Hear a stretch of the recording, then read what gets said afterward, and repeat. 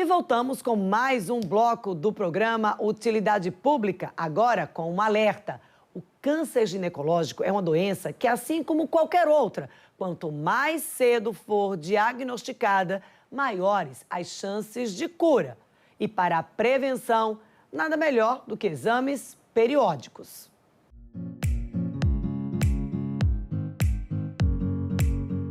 E sobre esse processo de conscientização sobre o câncer ginecológico, a gente conversa a partir de agora com a doutora Alessandra Aleixo, que é ginecologista obstetra. Muito obrigada pela presença aqui no Utilidade Pública. Eu que agradeço o convite e estou à disposição.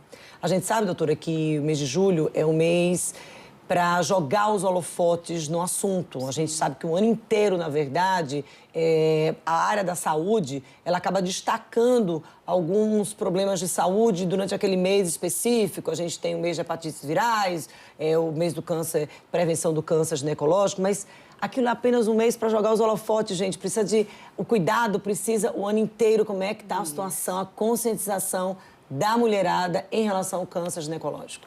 Então, hoje a gente vê com a difusão da mídia, né, a mídia batendo muito em cima, a gente vê muito que as mulheres estão se cuidando mais.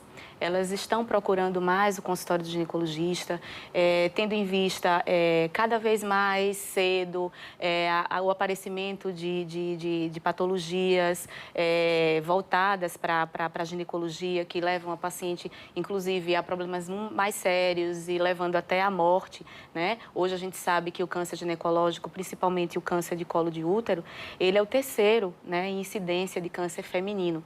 Então, as pacientes que já estão tendo mais essa consciência e procurando realmente mais o consultório para os exames preventivos. E não tem jeito, né? Não tem uma alternativa, na maioria das vezes, é assintomático. Então, tem que ser detectado numa visita periódica. Rotineira, exatamente. E, inclusive, é uma das coisas que leva mais a essa incidência muito aumentada, né, muito alta do câncer ginecológico, é exatamente por eles apresentarem-se de uma forma muito insidiosa, ou seja, muito lenta. As pacientes não percebem que tem alguma alteração e às vezes protelam, faz o exame ginecológico agora e daqui a 5 anos é que procuram novamente, né? E quando já nos procura, por ser uma patologia insidiosa, ela não sente, mas a gente já começa a apresentar lesões precursoras que no exame ginecológico, no exame preventivo, o Papa Nicolau mesmo, né, que a gente já conhece,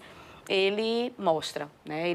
A gente já consegue, já começa a tratar dali as lesões precursoras do câncer. E como é que está essa questão dessa conscientização e desse cenário, levando em consideração as pessoas mais jovens, as mulheres mais jovens, considerando que cada vez mais as atividades sexuais são iniciadas cedo, ou seja, isso tem sido acompanhado pela conscientização nos consultórios ou não?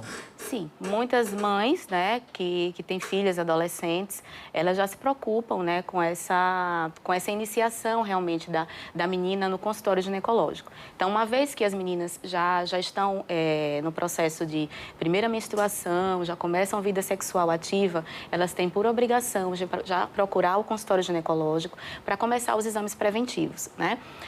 A gente sabe hoje que o Ministério da Saúde, ele disponibiliza também na rede pública, né, a vacina contra o HPV, que a gente sabe que o HPV é a lesão precursora do câncer de colo de útero, né? A maioria dos cânceres são iniciados por esse vírus e que hoje, graças à organização, ao Ministério da Saúde, as pacientes de todos os níveis sociais, né, e econômicos, elas estão tendo acesso a essa vacina. Mas, infelizmente, é só para a gente abrir um parênteses aqui, deveria ser mais procurada. Deveria ser mais procurada. As vacinas ainda estão nos postos, ainda sobrando, né? Muitas têm tabu, muitas mães não levam porque acham que estão estimulando muitas vezes a atividade sexual mais cedo, né? Por estar fazendo uma prevenção do câncer ginecológico, né? De um câncer que na maioria das vezes é provocado pelo HPV, que é sexualmente transmissível.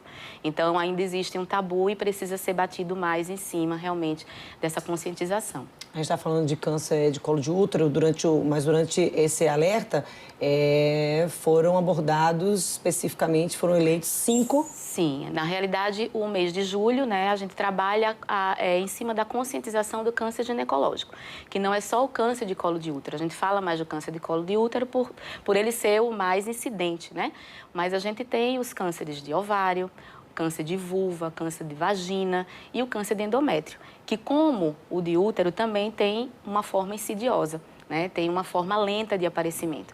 E às vezes simulam até outras patologias e que as pacientes não desconfiam que aquilo ali pode estar levando a um câncer, pode estar levando a uma doença muitas vezes letal. Então, assim, o que a gente orienta é sempre a não perder a regularidade, né, dos seus exames periódicos e ir ao ginecologista para a gente tentar identificar lesões e, se apresentar algumas lesões, a gente já tratar de forma inicial. E assim, durante todo o período. Todo o período, exatamente, da vida, não existe. Olha, atingiu a menopausa, não, vou já deixar não vou... de fazer o exame preventivo porque...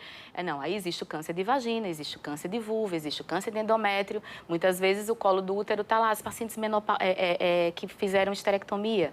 Muitas vezes elas não procuram mais. Eu não tenho mais útero, não tenho mais colo de ter câncer. Que na realidade ela não tem câncer de corpo uterino, de colo uterino, mas pode ter um de vulva e de vagina, né? Então, a importância do exame ginecológico mesmo nessa fase. A gente trouxe aí o tipo de câncer que você consegue, que os sintomas são visíveis. A gente trouxe o do colo de útero e já o que se confunde com a reposição, a menopausa e câncer de endométrio. E aí, no câncer de endométrio, a gente não falou que sintomas seriam os de alerta, que as pessoas às vezes confundem. Que sintomas seriam esses? Sim. No câncer de endométrio, a paciente ela vai apresentar inicialmente um sangramento uterino anormal. É aquela paciente que já entrou na menopausa e que, de repente, ela vai apresentar um sangramento e esse sangramento é o principal sinal de alerta. Ou seja, aquela paciente que tem um sangramento pós-menopausa. Eu estava 2, 3 anos sem sangrar e, de repente, apresentou um sangramento, né? Então, essas pacientes, mesmo entrando na menopausa, elas têm por obrigação, anualmente, fazer um exame ginecológico, lógico, tanto o exame preventivo como uma ultrassonografia. Uma ultrassonografia por via transvaginal, via vaginal, em que a gente consegue visualizar esse endométrio e ver a espessura desse endométrio. Então, na menopausa, existe uma faixa, né,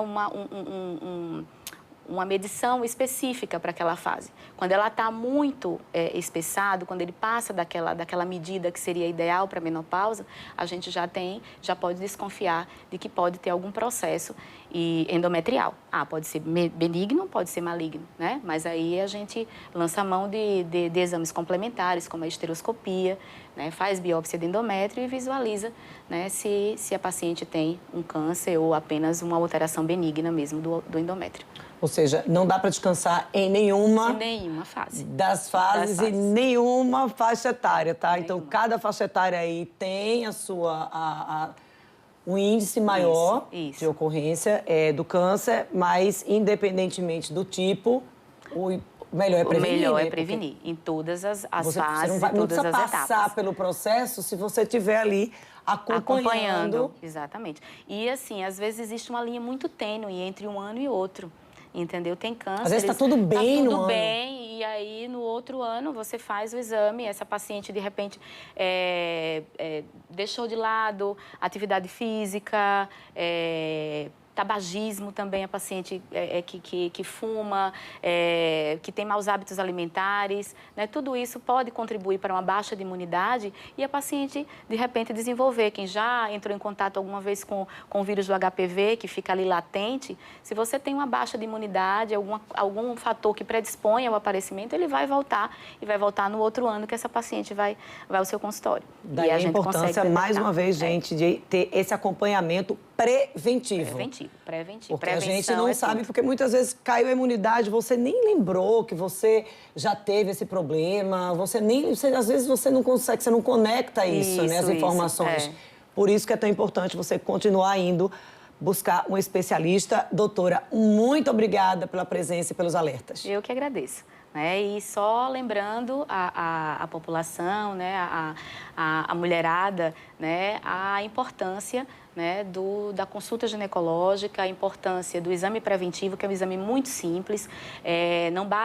Não tem necessidade da paciente pagar por esse exame. Esse exame ele é disponibilizado na rede pública, né, só procurar um posto de saúde mais próximo para essa paciente ter esse acolhimento e esse cuidado maior, né? Esse acompanhamento sem arriscar ter uma surpresa desagradável, que já é possível, né? Porque, como a senhora trouxe aqui, de um ano para o outro aí a gente pode ter, vai depender de cada caso, mas olha, se você for ali fazendo o acompanhamento, tudo direitinho, é mais difícil você se pegar de surpresa. Com certeza. É mais difícil, então você já sabe, faz o acompanhamento, não abre mão da prevenção e também não sai daí que Utilidade Pública tem mais conteúdo.